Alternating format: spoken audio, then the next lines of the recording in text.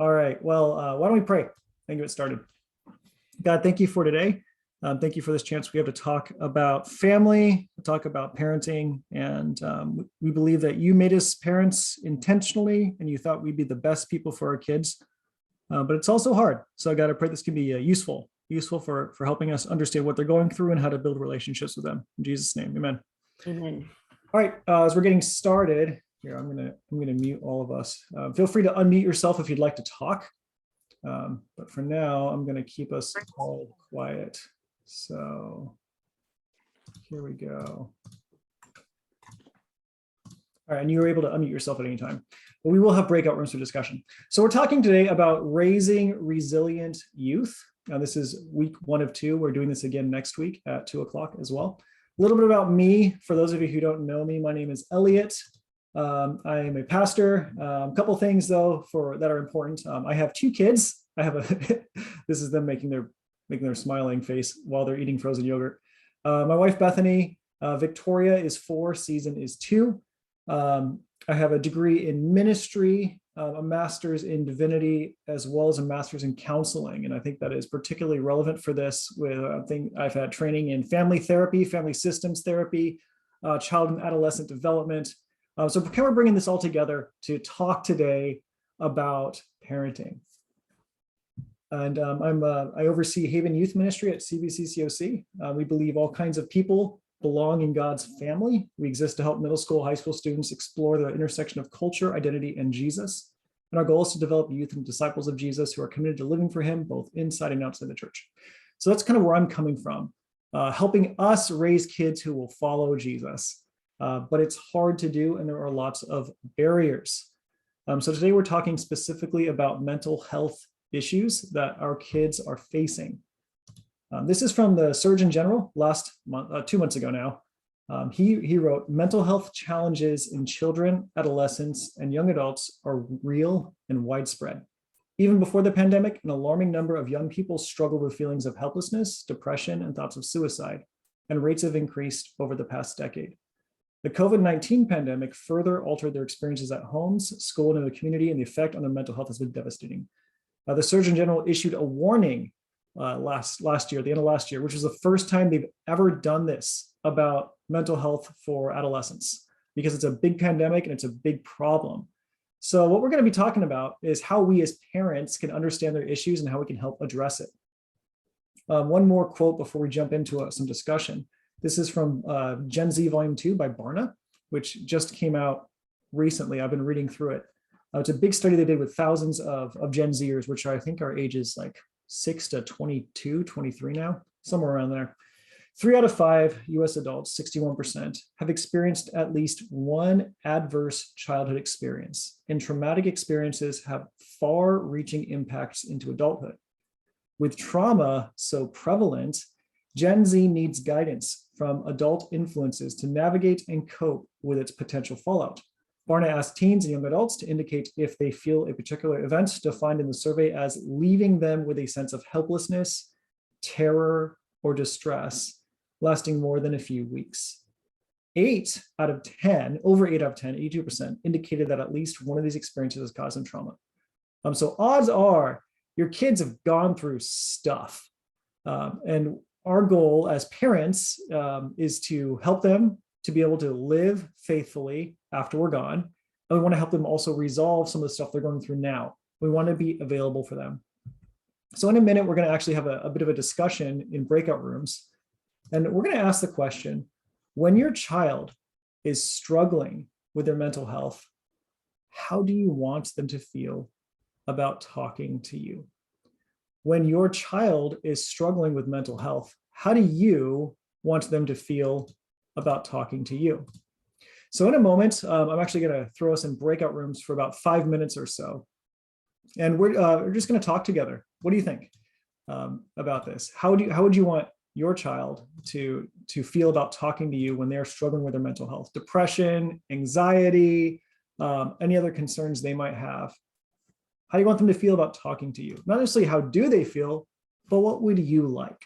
So we're going to have 5 minutes of this, and then we'll come back together and we'll keep going. So here we are. This is randomly selected. So I'm sorry if you don't like someone in your group. You could pray about it, and we'll chat for 5 minutes, then we'll come back together. So here we go.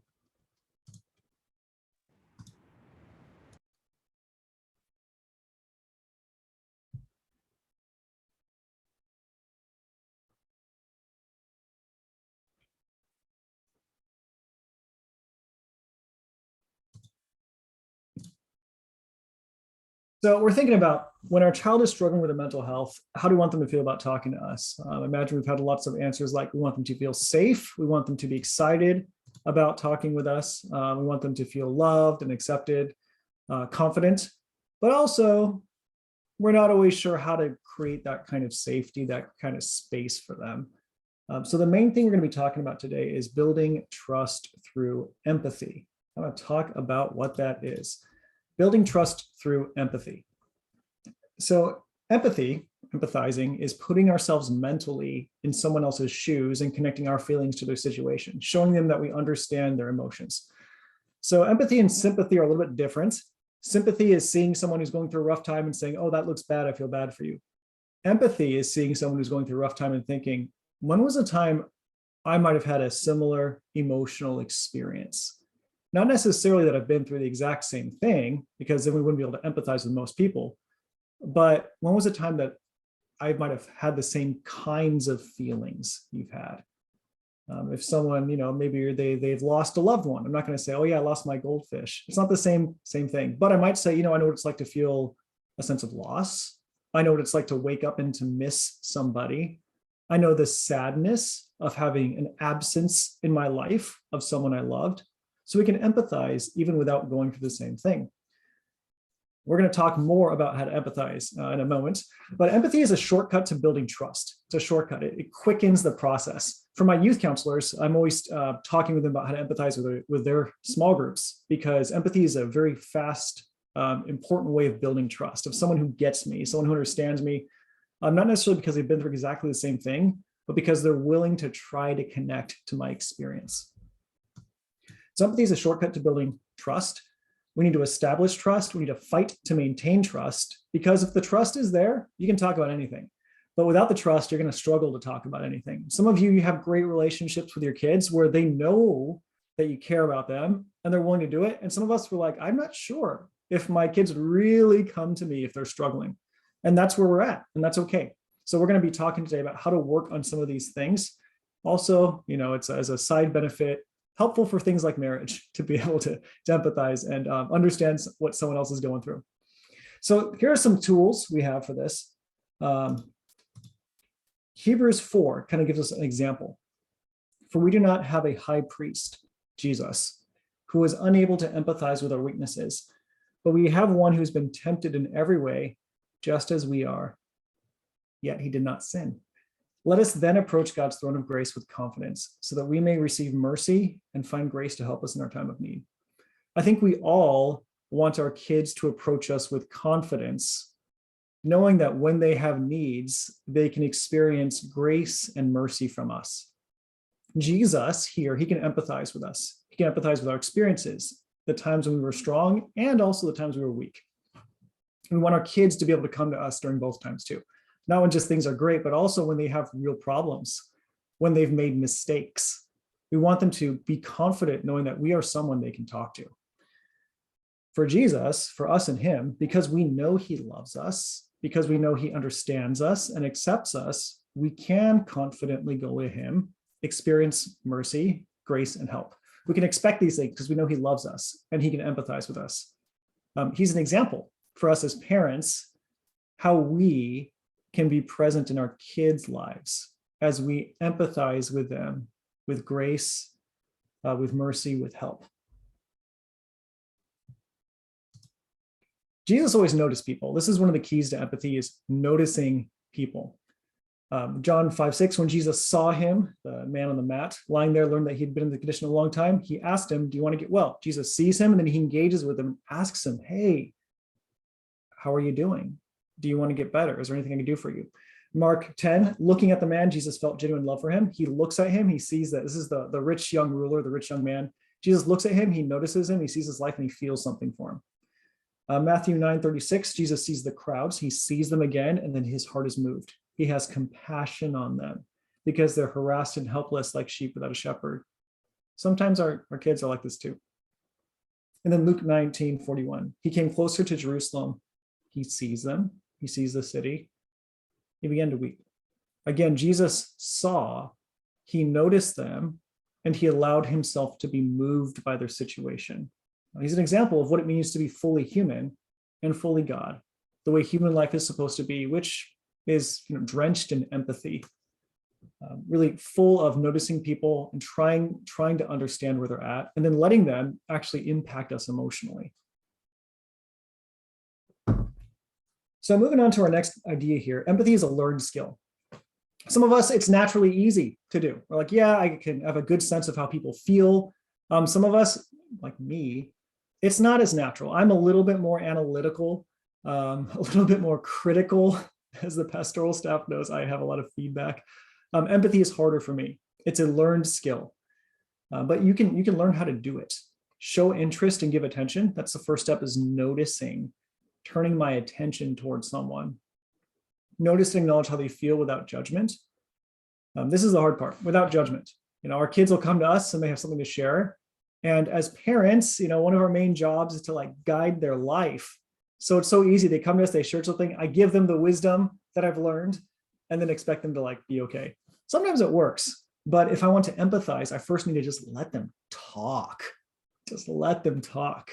And without judging them, maybe they're totally wrong. Maybe they're going to mess up everything. And there'll be a time to correct them. But first, I need to build trust. And I do that just by listening and understanding and trying to acknowledge how they feel. Wow, you sound excited. Or that sounds like a really sad experience you went through. That your day seemed kind of painful. That sounds like a lonely time. Whatever it might be, you want to start noticing their feelings. And I'll give us some tools for noticing feelings in a minute.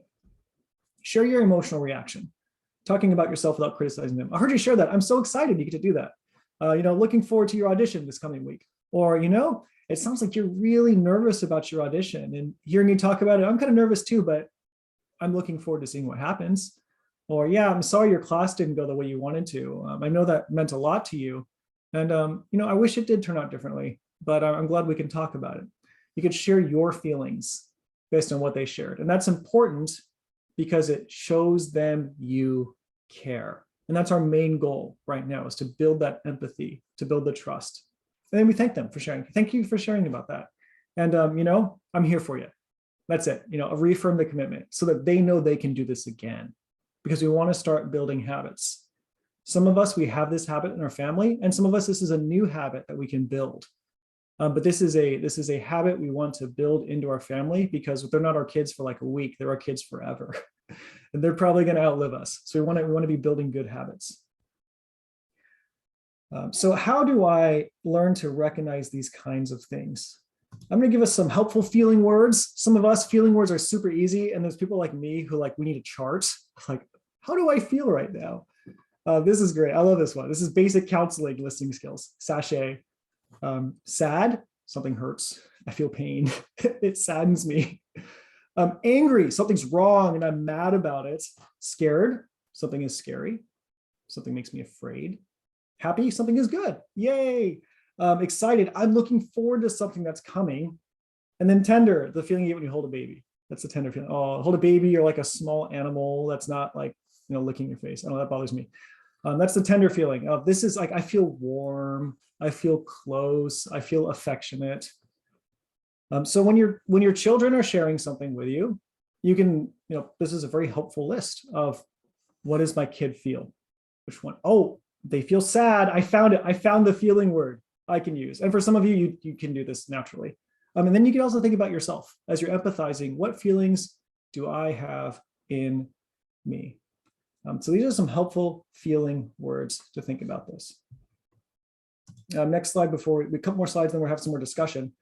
What do I do when my kid has strong or unexpected feelings that make me feel uncomfortable? Has anyone had this happen? Your kid says something, does something, you don't know what to do. They're crying. I'm not sure why they're crying, but they are. I don't know what to do.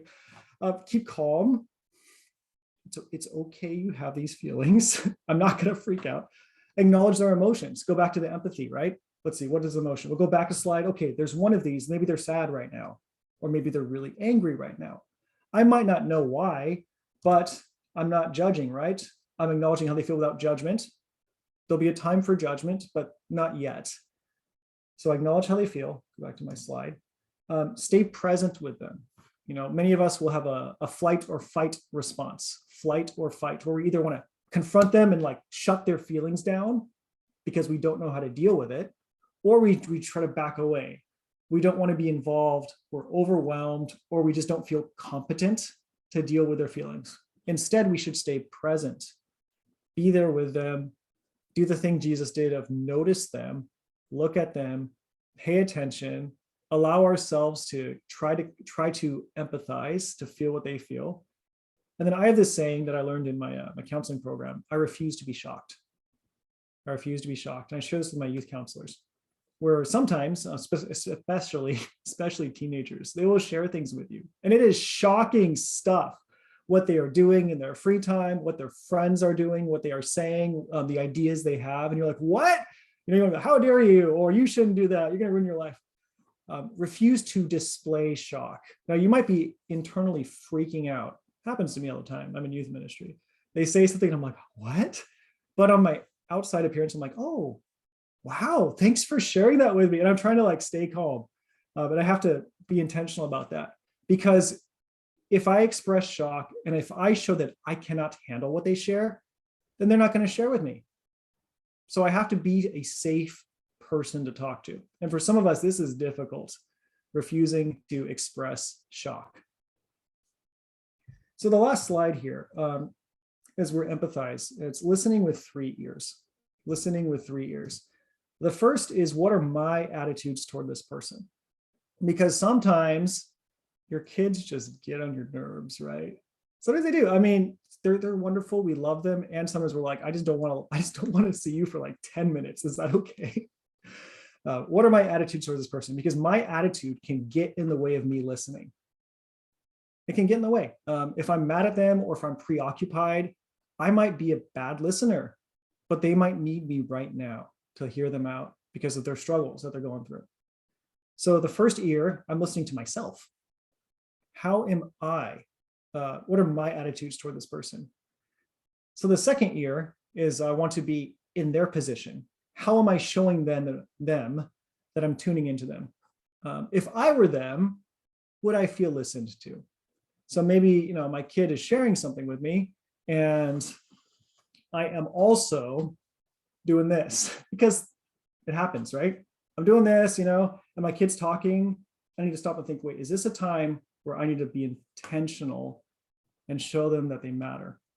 And then finally, the third ear, am I attempting to listen to the voice of God? Because God is doing stuff in our family. Maybe God's telling me, hey, you just need to stop and listen. Or maybe God's telling me, you should be praying right now for your kid. Or maybe God's telling me, this is your fault. I don't know what it is. But God does stuff as I follow him. So am I attempting to listen to the voice of God as I listen to this person share? So as we're thinking about these things, I'm thinking about the big ideas of empathy. Think about your family now. What stands out to you about our discussion on trust and empathy?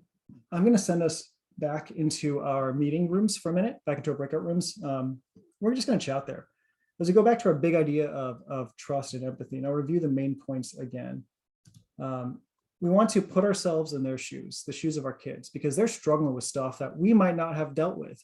We want to try to connect emotionally with them to build trust so that we'll keep talking to us. We want to establish the trust and fight to maintain it, because then we can talk about anything. And then next week, we have some very specific things to talk about, but we can't do that unless trust is there. Also, to review, we want to show interest, we want to give attention to them, notice and acknowledge how they feel. Feelings might be hard for us because we might not have the tools to identify feelings.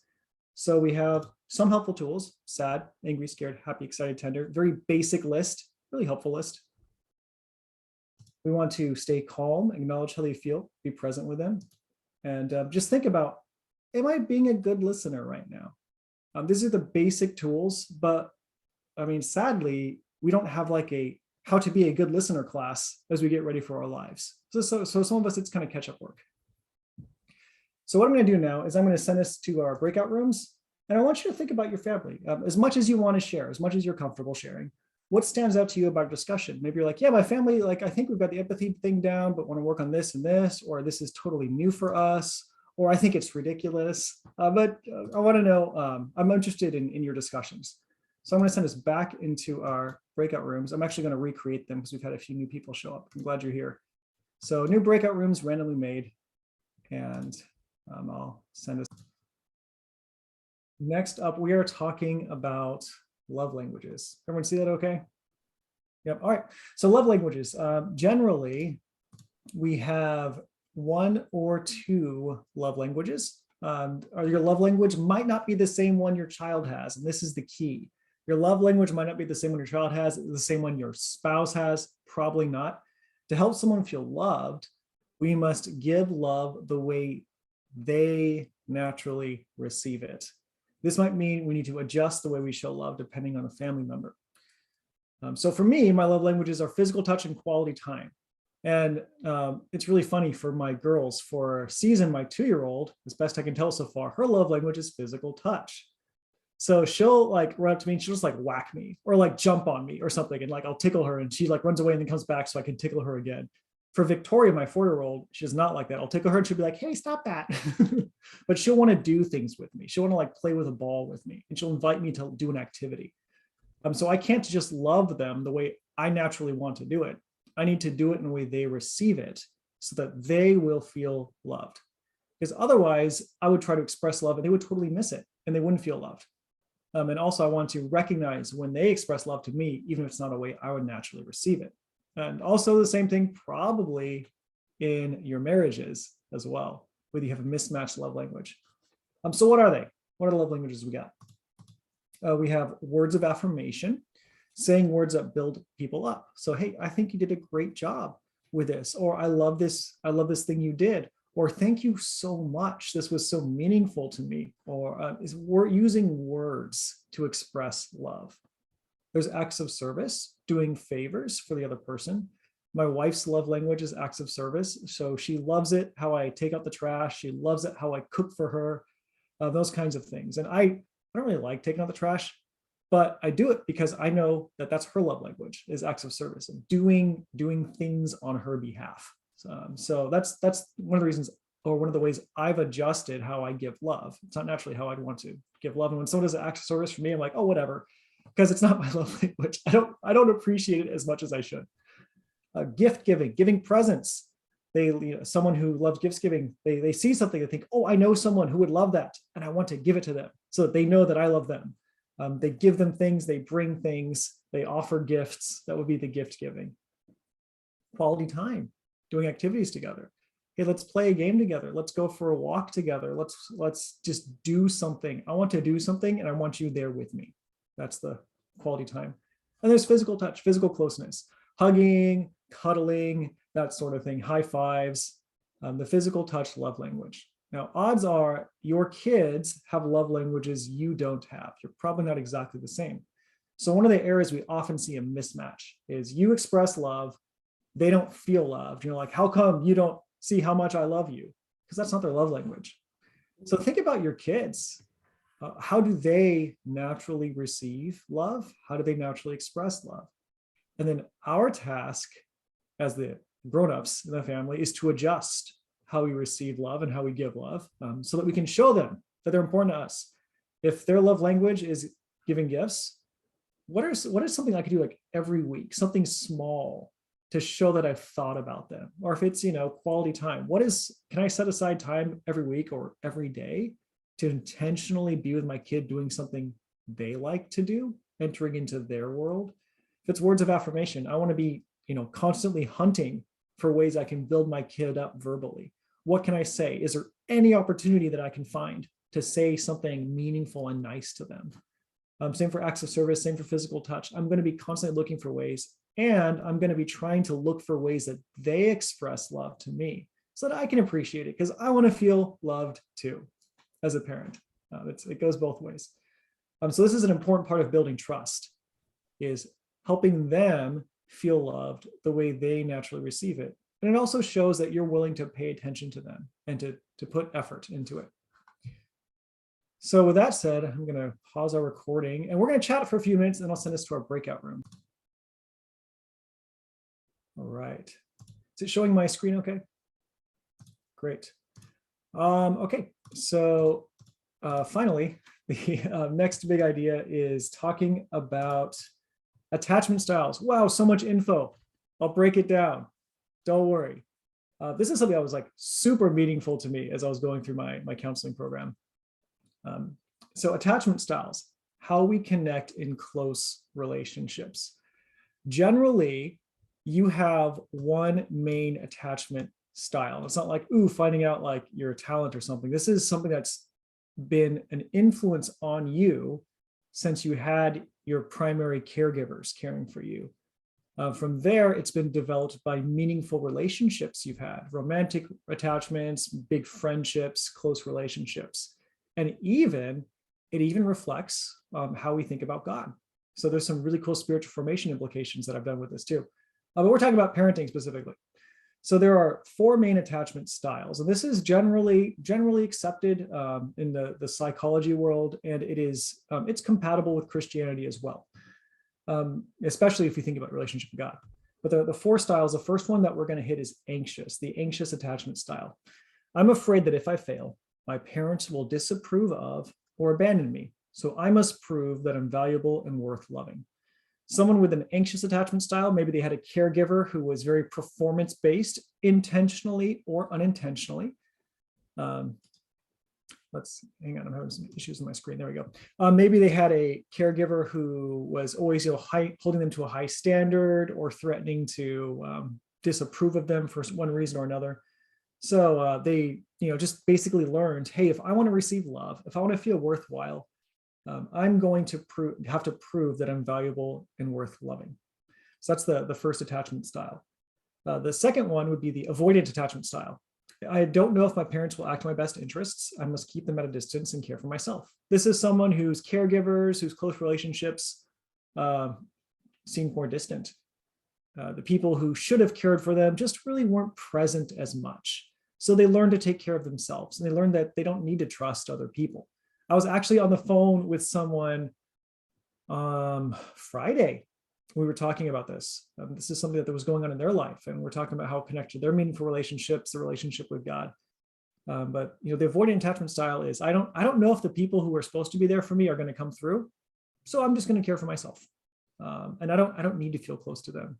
And a lot of us, I think, as Asian Americans, this is kind of the relationship we might have with God as well. It's hard to emotionally connect with God. We kind of are more self-reliant. We work hard. We work hard and we achieve, as opposed to trusting. Fearful. I think my parents are out to get me. I must protect myself from them. This is someone who's experienced trauma or who's had to move from home to home to home to home.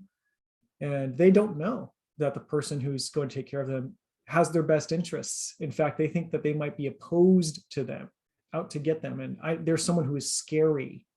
There's someone who causes fear. So I have to be safe. I have to protect myself from them. I can't trust them. And finally, there's the secure attachment. I know my parents see me. I know my parents care for me, and I know my parents love me. I am safe with them. And this is the goal, but this is usually not reality. But this is the goal. So we want to first kind of think about yourself, because as Pastor Mike mentioned, we learn to parent from our parents. What's your attachment style? Think about how you were close to your parents or how you weren't close to your parents. Were you always trying to win their approval by performing well? Were you more avoidant with, I need to take care of myself. My parents, they got other things on their mind. They're not interested in caring for me. Or maybe you're more fearful. Maybe you did not have a good relationship with your parents. Maybe your parents mistreated you and you've been struggling with that and it's been lingering.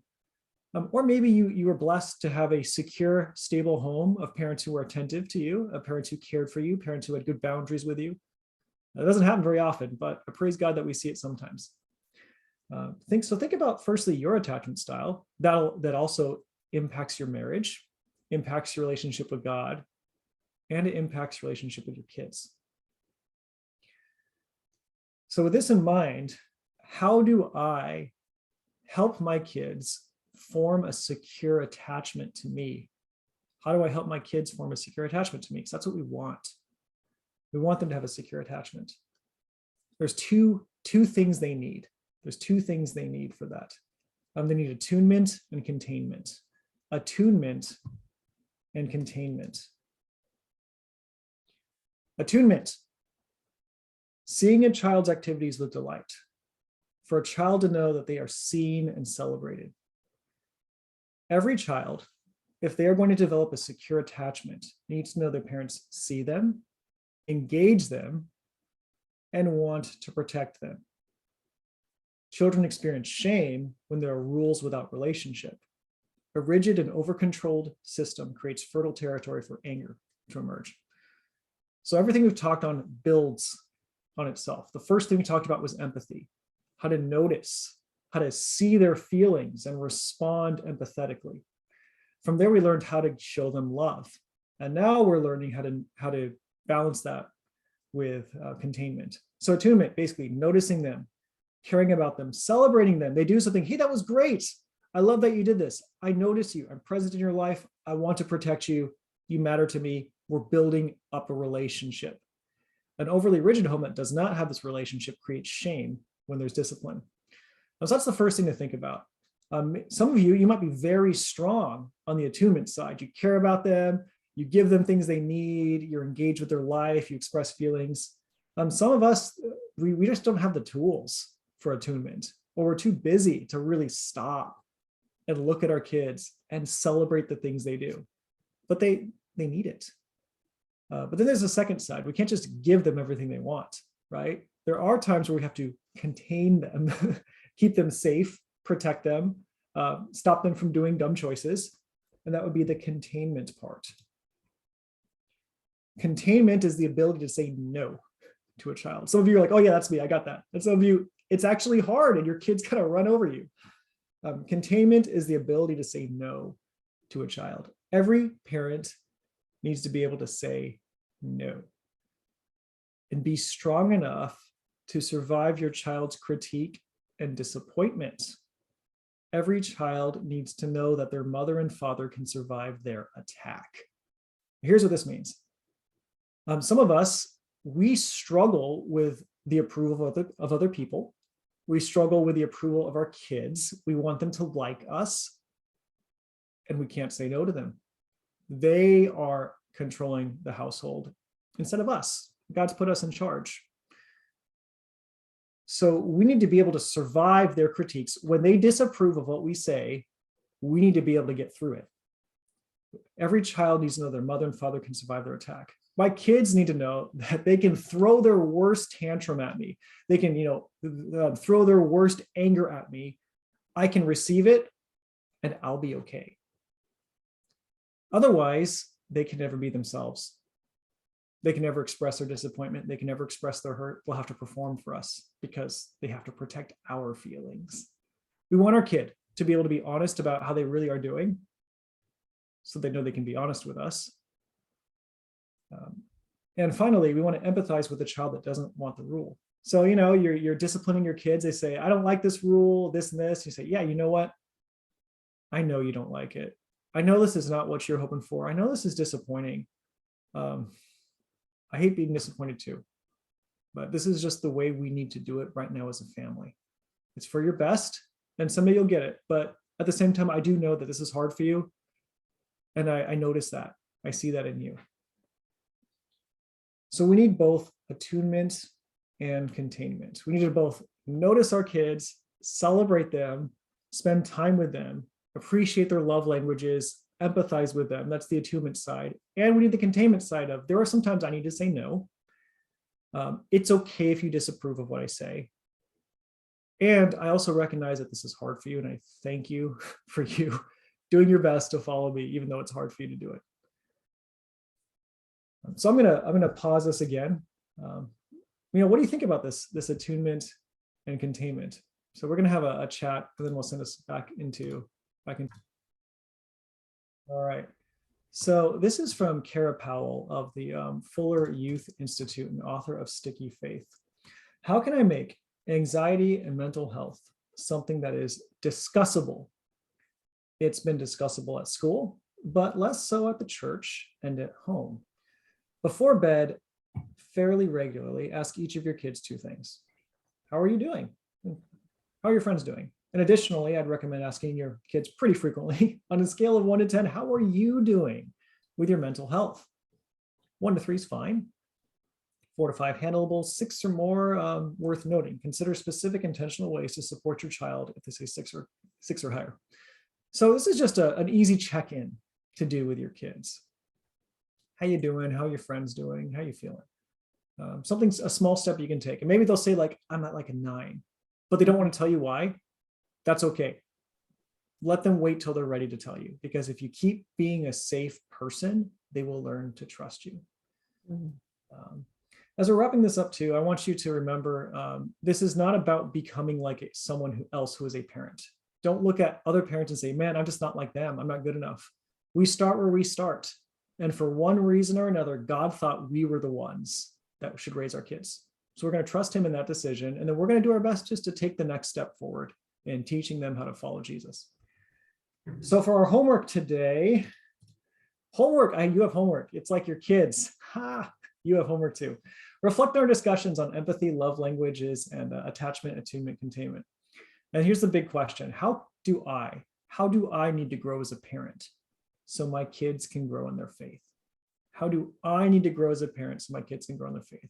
At the end of the day, I only can control me.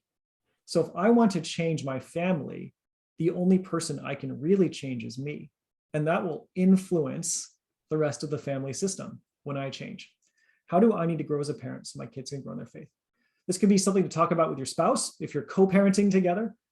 Just reflect on our discussion. And we'll be talking next week about some specific things.